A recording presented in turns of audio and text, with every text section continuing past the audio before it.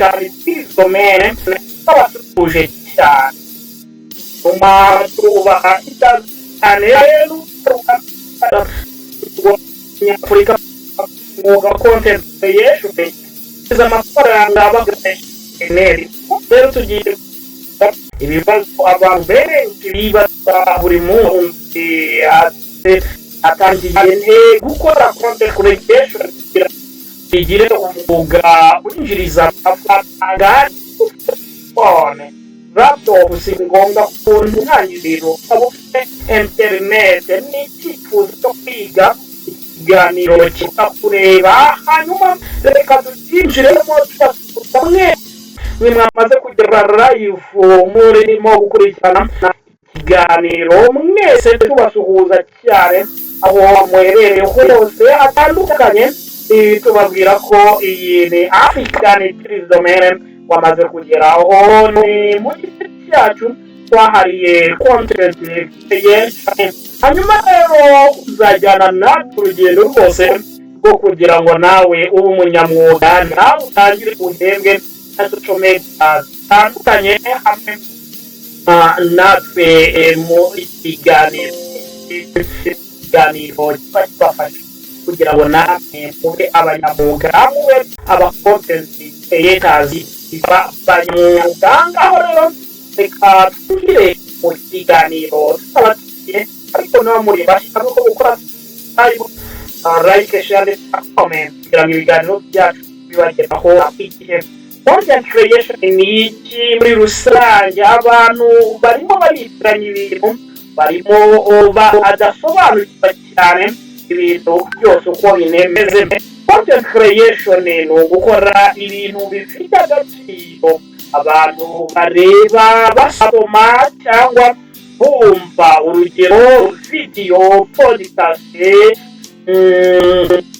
uko rero ni ibintu by'ingirakamaro kuri wowe ukurikirana African Domain kuko ibi ni ibintu bizagufasha kugira ngo ubashe kuba nawe wibaza utse ibyo bintu bavuga by'abakonti byose rero ni ibintu biba bigomba kuba bifasha muri buno buzima busanzwe hanyuma ugatangira nawe ugakorera amafaranga hari abantu rero bagenda ikintu hadi Rwanda tubwira ngo ni content creation ise pasa ni ibiki hanyuma rero reka dutangirane n'iki gice cya mbere aho tugiye kubasobanurira neza content creation ni iki ese wavuze mu content creator byo ni iki ni ibiki byakumarira mu gihe waba ubikoze neza ukabikora kinyamwuga wagiye kuki nawe wakisanga ufite amafaranga kandi wakisanga ukorera amafaranga ntibisaba amashuri ahambaye shwida ahubwo icyo bigusaba ni consistency gukurikirana iyi video yose ipaka irangiye ubundi hasigaye ubashe gusobanukirwa akantu kandi uburyo waba content creator kandi content creator w'umunyamwuga ubikora neza abantu bibaza rero ati content creation ni iki content creation ni ugukora ibintu bifite agaciro abantu bareba ese bashobora no kuba babisoma cyangwa banabyumva urugero ushobora gukora video ushobora gukora podcast ushobora gukora article cyangwa ushobora gukora educational content ubwo ni content zigisha cyangwa se zirimo amasomo niwo wigisha biology ugakoresha konti za biology ukigisha niba ari chemistry ukigisha niba ari physics ukigisha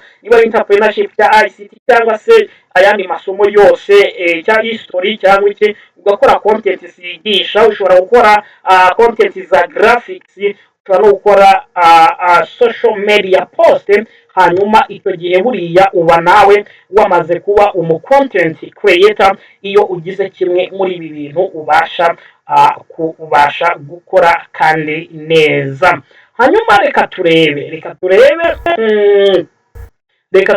uko ibintu bihagaze mu gice cya kabiri kuki content creation ari umwuga ukomeye muri 2026 content creation ni umwuga ukomeye igikomeye abantu benshi barimo gukuramo amafaranga nyaboneka. Isi yarahindutse, ibigo byinshi bishaka abantu bashobora gukora video, gukora marketing, kwigisha, kuvuga inkuru, kwamamaza. Content creator rero ntabwo aba ari umuntu ukina kamera gusa, oya, ni umuntu wubaka brand.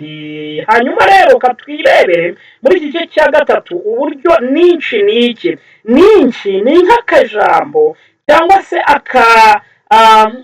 ikintu uba wubakiyeho, icyo kintu uba wubakiyeho content zawe, hanyuma ku buryo abantu bazajya bamenya niba ari komedi zo mu mipira y'amaguru, niba ari content ijyanye na entertainment, niba ari content ya technology, mbese ni ninshi.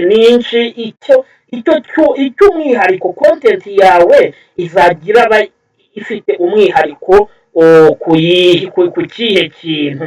Hanyuma rero ntukore ibintu byose icyarimwe, ahubwo hitamo icyiciro kimwe. Urugero, niba ari business bari gukoraho, niba ari finance bari gukoraho, niba ari education bari gukoraho, niba ari technology bari gukoraho, niba ari imodoka ukore kuri iyo ninshi, niba ari cooking cyangwa guteka ukore kuri iyo ninshi, niba ari travel ukore kuri iyo ninshi, niba ari sport ukore kuri iyo ninshi, niba ari peace ukore kuri iyo ninshi, niba ari family ukore kuri family, niba ari health ukore kuri health, niba ari motivation ukore kuri motivation. Igice rero cya kane, hitamo platform uzajya ukoresha kugira ngo ibintu byawe bigende neza. Nihitamo niba ari YouTube niyo nziza kuri education, long video, documentary ndetse na interview. Facebook ni nziza kuri community, live ndetse na release. TikTok ni nziza kuri short video ndetse na viral content. Iyo tuvuze viral content, ni za content nyine zikurura abantu, za content nyine zifasha abantu mu buryo bumwe cyangwa se ubundi.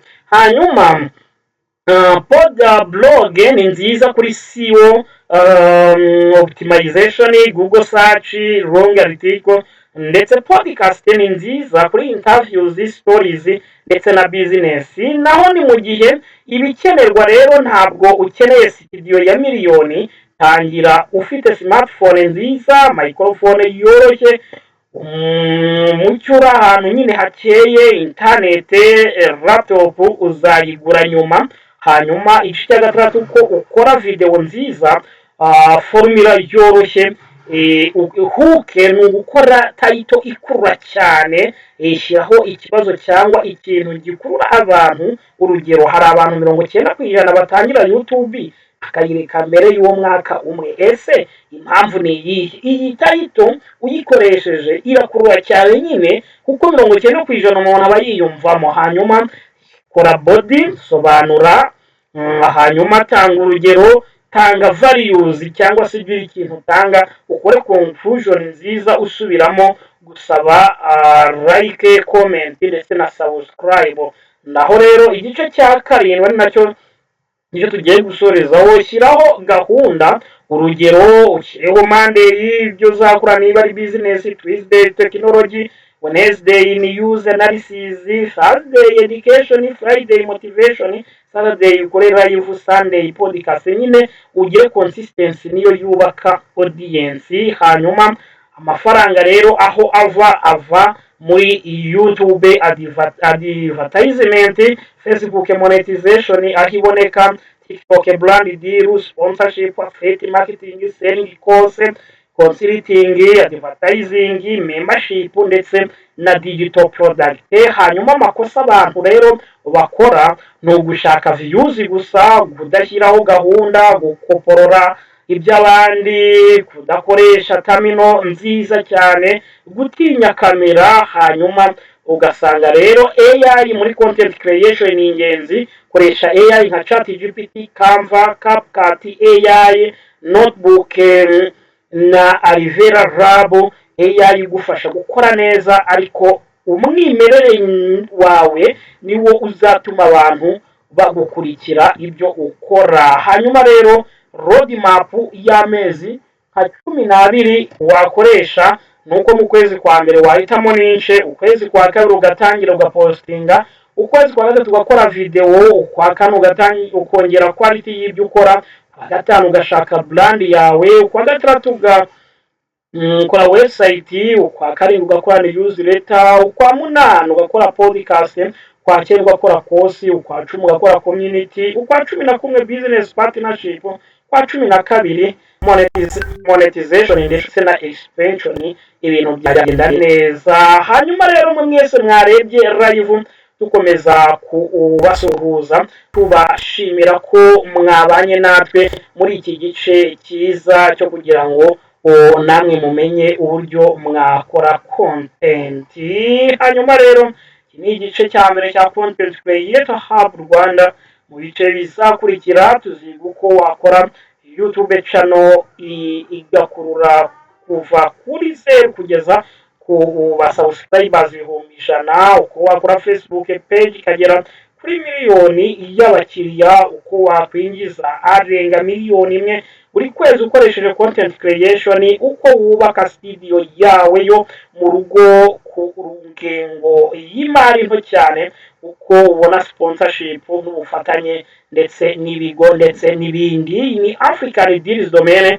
Mwibuka gukora subscribe ndetse no gukurikira amakuru tuba tugenda tubagezaho, ndetse mwibuke gukanda subscribe kugira ngo ibiganiro n'amakuru byose tuba tugenda tubategura byose bijye bibageraho igihe. Mukomeze kugira ibihe byiza. Yo ni African